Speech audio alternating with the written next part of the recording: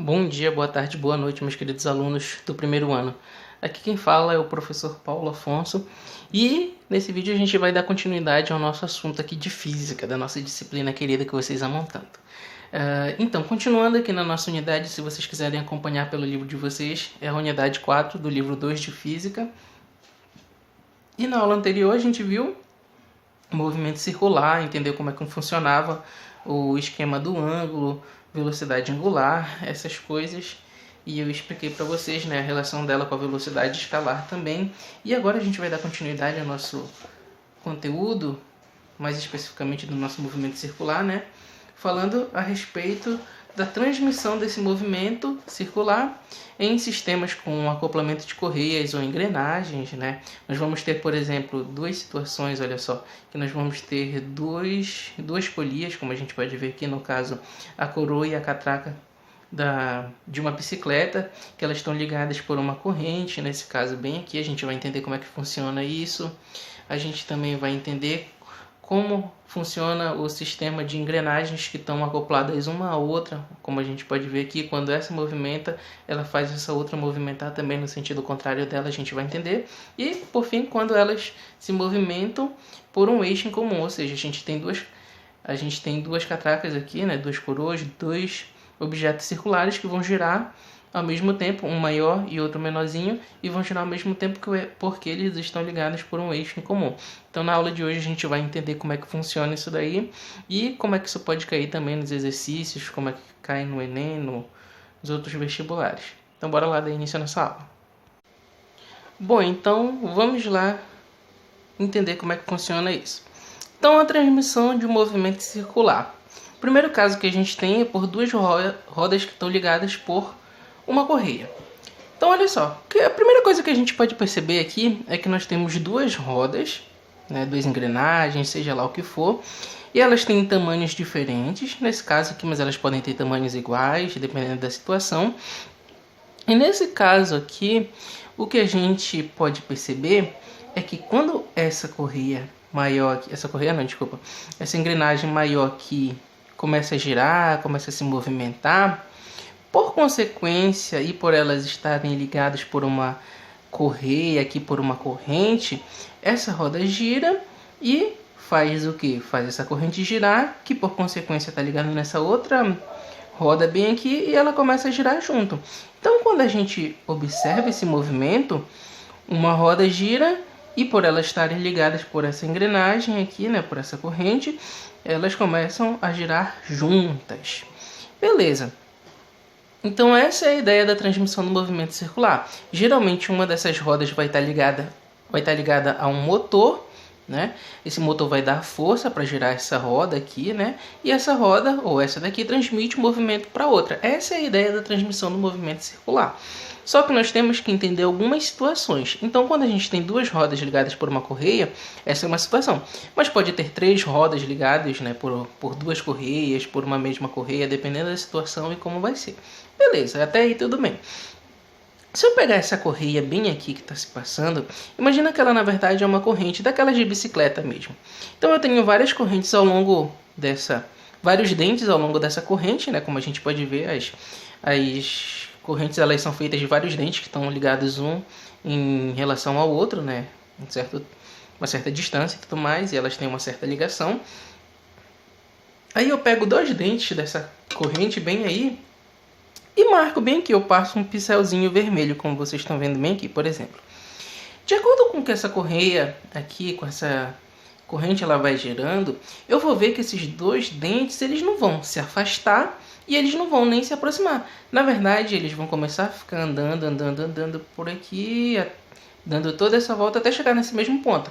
Aí ele vai dar mais uma volta e chega nesse mesmo ponto, sempre a mesma distância. Como a distância entre eles não aumentou e nem diminuiu durante todo esse trajeto aqui andando junto com essa corrente, eu posso determinar então que a velocidade entre eles é a mesma. Por quê? Porque se esse daqui tivesse mais rápido, a tendência era ele se aproximar desse daqui. Ou se esse daqui tivesse mais rápido, a tendência era ele ir mais rápido e esse daqui se afastar, né? ficar mais para trás. Só que não, eles giram sempre a mesma distância e com a mesma velocidade. Então, com isso, eu posso determinar que essas duas velocidades aqui, elas são velocidades iguais, né?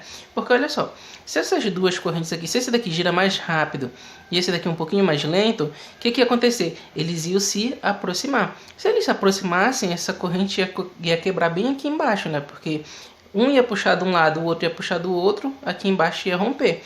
E se eles se afastassem, né? Se um fosse mais rápido do que o outro se afastando, eles iam quebrar entre eles. Por quê? Porque um ia andar mais rápido para cá e o outro até iria andar na mesma direção, só que mais lento. Então, olha só.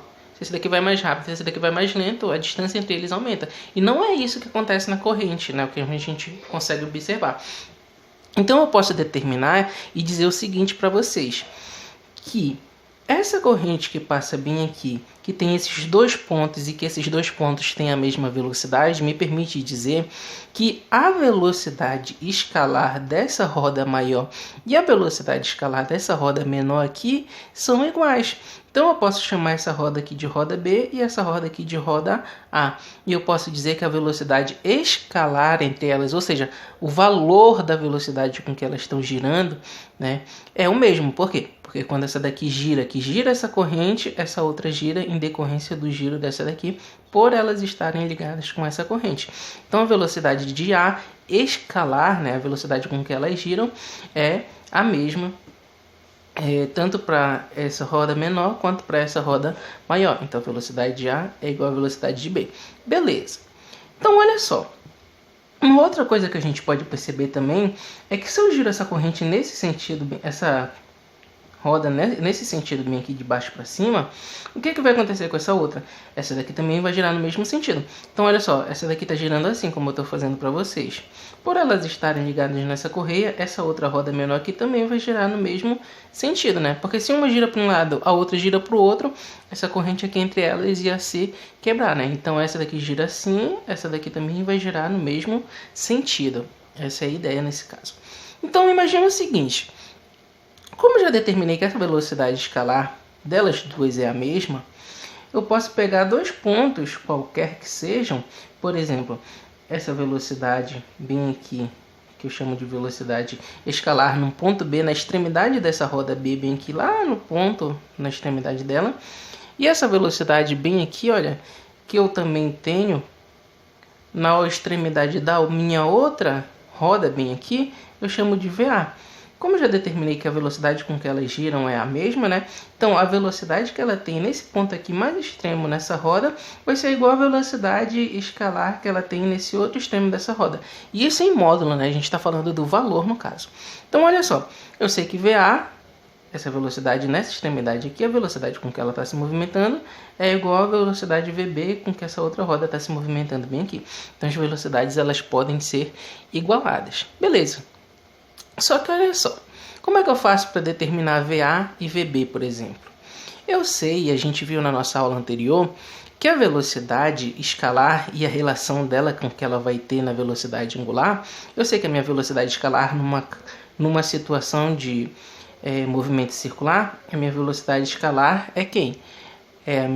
Depende da minha velocidade angular e do raio dessa roda. Ou seja, depende da velocidade angular, aquela que leva em consideração o ângulo com que essa rodinha está varrendo bem aqui, e o raio que essa rodinha também tem, tanto numa situação quanto a outra. Então, para VA, eu sei que V, a velocidade de A, ela depende de ômega A, ou seja, a velocidade angular da rodinha A, vezes o raio que essa roda A tem, que é um raio um pouquinho menor do que essa daqui que a gente está vendo, né? Ela é menor do que essa. Então, a velocidade B é o quê? É a velocidade angular da roda B vezes o raio da roda B também. Nós determinamos que a velocidade escalar com que elas se movimentam é o mesmo. Por quê? Porque quando uma está girando aqui, a outra também gira, né? E elas estão ligadas por uma correia, essa transmitindo movimento para essa daqui, ou o contrário também, enfim. Mas a velocidade angular com que elas estão se movendo é diferente, tá? Por quê? Porque essa daqui, olha, por ela ser maior, ela vai varrer um ângulo maior, né, em relação a essa daqui, quando a gente for fazer a análise mais profunda, tá?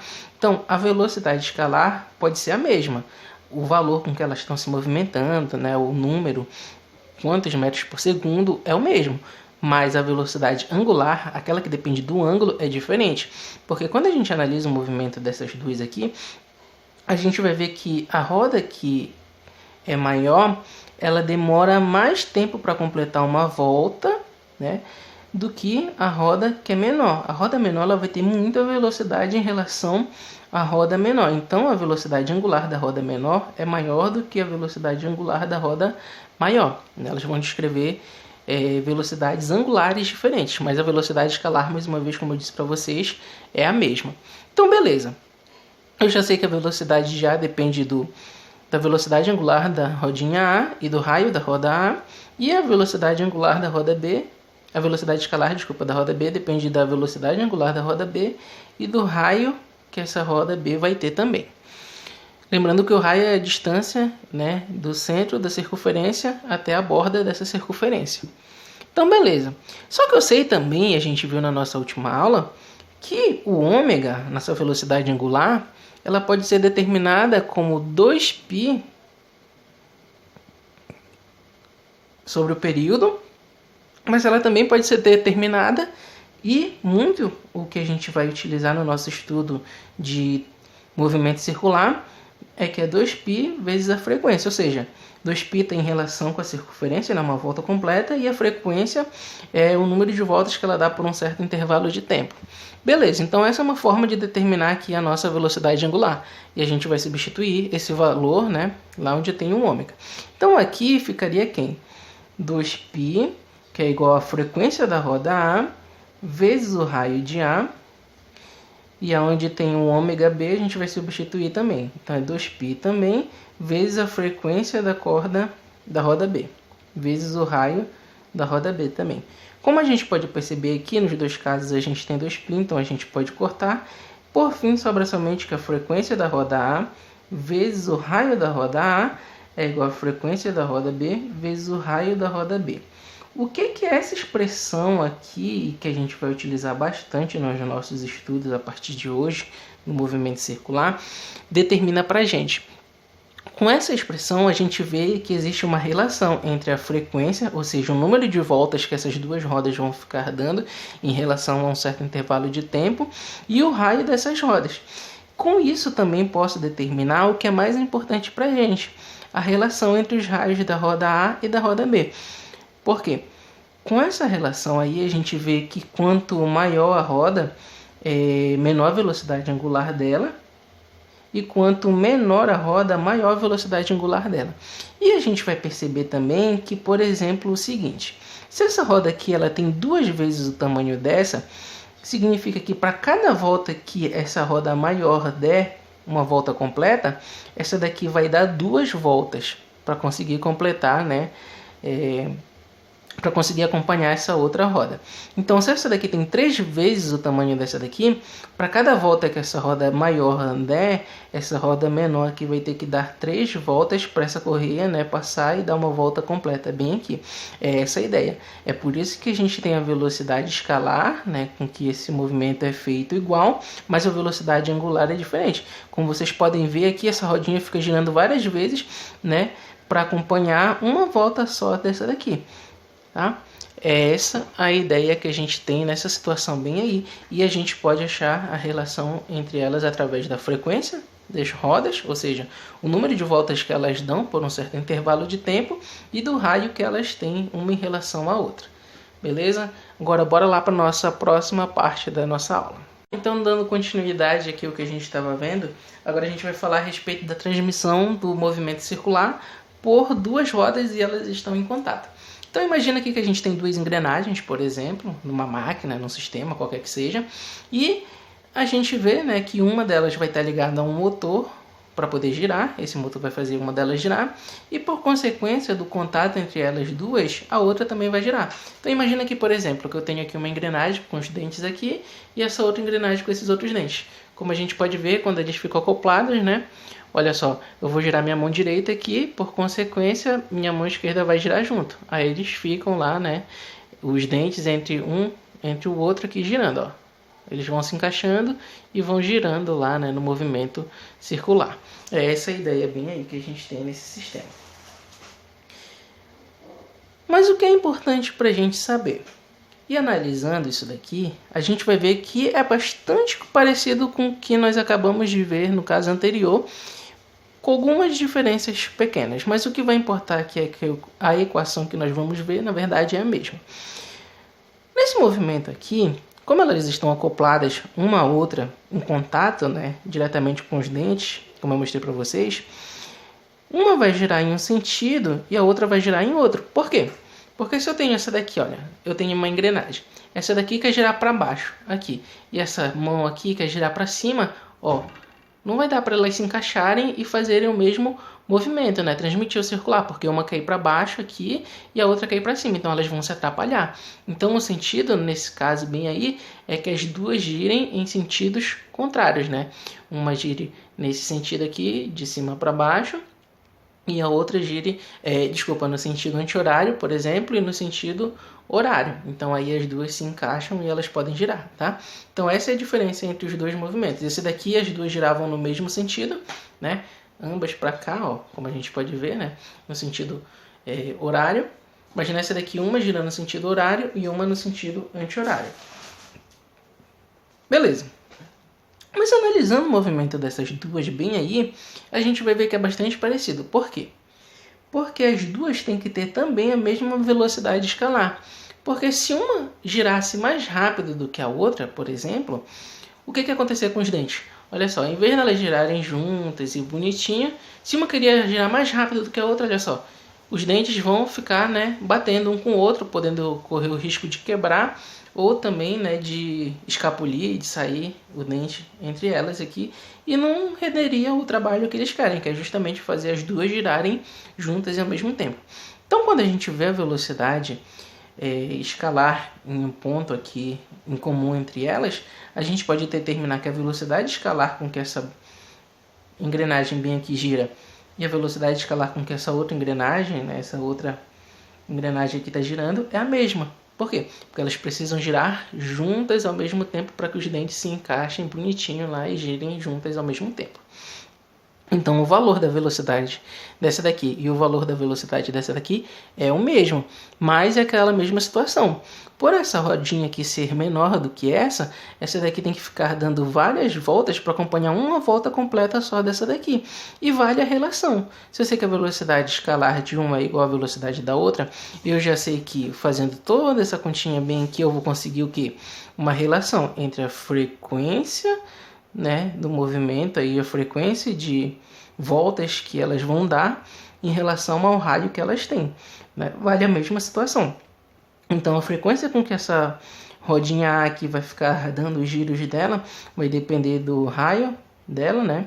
E a frequência das voltas da situação aqui da roda B também depende do raio da roda B e desses outros casos aqui da roda A. Então é essa a ideia bem aí, não é nada complicado, é bastante parecido com o que a gente viu no caso anterior, né? Só que elas giram em sentidos opostos e elas estão ligadas, né, pelo contato direto entre uma e a outra. E aqui quando a gente for aplicar isso em exercícios, a gente vai ver que é bastante tranquilo e a gente vai fazer uns exercícios, vocês vão ver aí que não é nada complicado. Agora a gente vai para o nosso último caso da transmissão do movimento circular, que é quando as duas rodas elas estão ligadas por um eixo. Bom, então bora lá para a última parte da nossa aula. Aqui nesse caso a gente vai ter duas rodanas ligadas por um eixo em comum. Duas rodas ligadas por um eixo em comum. Bora lá. Então aqui a gente tem duas engrenagens, né, duas rodas, a gente pode ver. E por elas passa um cabo, né, um pedaço de metal, por exemplo, que passa justamente naquele orifício que tem no centro dessas rodas, né? E a gente vai ver que tanto essa daqui de trás, que é maior, quanto essa daqui da frente, que é menor, elas estão ligadas justamente a esse eixo. Então, quando eu começar a girar esse eixo assim, as duas vão girar juntas e ao mesmo tempo. O que nós vamos ver é que a análise do movimento nessa situação, bem aqui em que elas estão ligadas por esse mesmo eixo, vai ser um pouquinho diferente da relação que elas têm aqui quando elas estão ligadas, né, por uma corrente ou quando elas estão ligadas por contato entre elas. Porque aqui nessa situação a gente via que apenas uma era ligada a um motor, aí quando essa única roda que era ligada a esse motor girava, a outra, por consequência, por estar em contato de alguma forma, seja por corrente ou por contato mesmo, ela começa a girar também em decorrência do movimento da outra. Só que nessa situação aqui o que a gente vai ver é que as duas vão ficar girando por causa do eixo que passa entre elas. Então quando eu giro aqui, né, por exemplo, a minha caneta, se eu colocasse dois anéis aqui nela, né, então quando eu girasse a minha caneta, os anéis iam girar juntos. Por quê? Porque eu estou girando a caneta, né? Então a análise nessa situação aqui ela é um pouquinho diferente.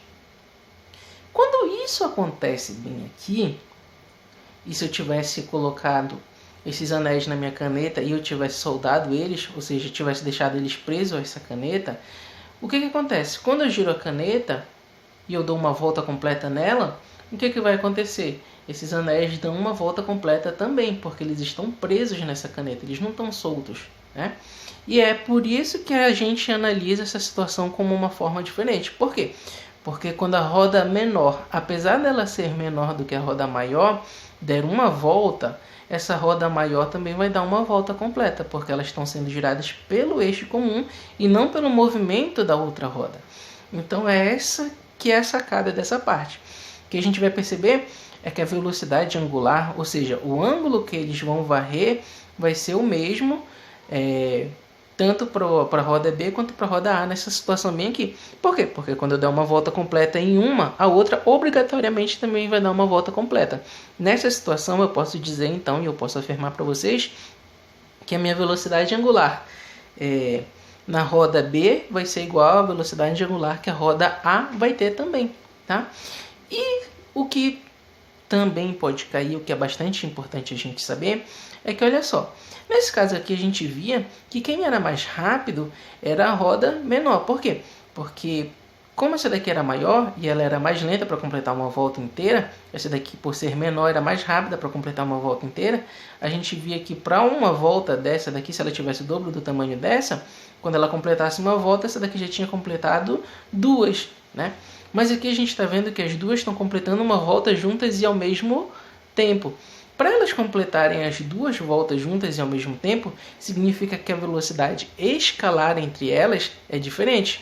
Ou seja, nessa situação aqui, quem se move mais rápido tem que ser a roda maior. Por quê? Porque para ela conseguir acompanhar essa menorzinha aqui, que deveria andar mais rápido do que ela, né? Ela tem que também andar mais rápido para poder acompanhar, já que elas dão uma volta por completo juntas, né? Então a velocidade angular entre elas, o ângulo que elas fazem em relação a um determinado instante de tempo é o mesmo, porém a velocidade escalar, a velocidade com que elas se movimentam entre elas é diferente. A roda maior tem a velocidade maior.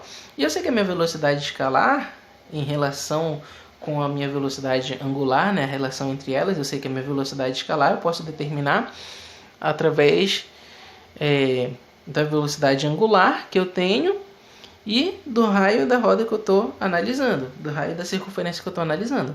Então eu sei também que o meu ômega, a velocidade angular, pode ser descrito como o quê?